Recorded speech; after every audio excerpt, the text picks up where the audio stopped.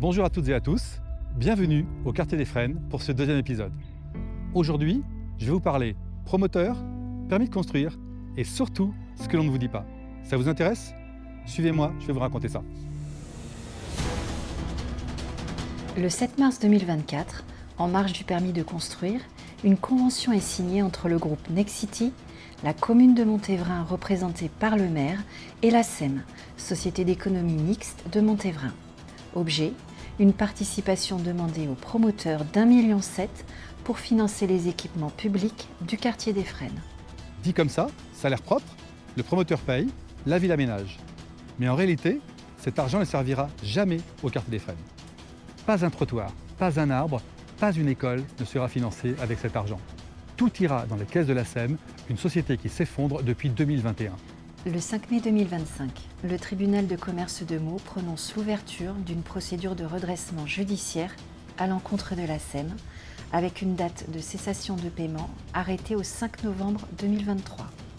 Dette estimée entre 10 et 12 millions d'euros. Le maire le sait, ses élus le savent, et pourtant, ils signent cette convention.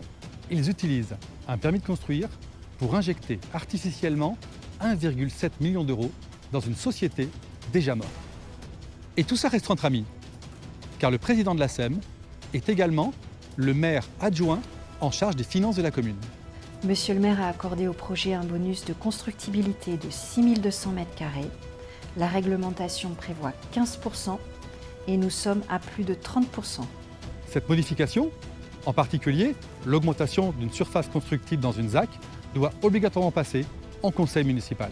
Et ici, rien.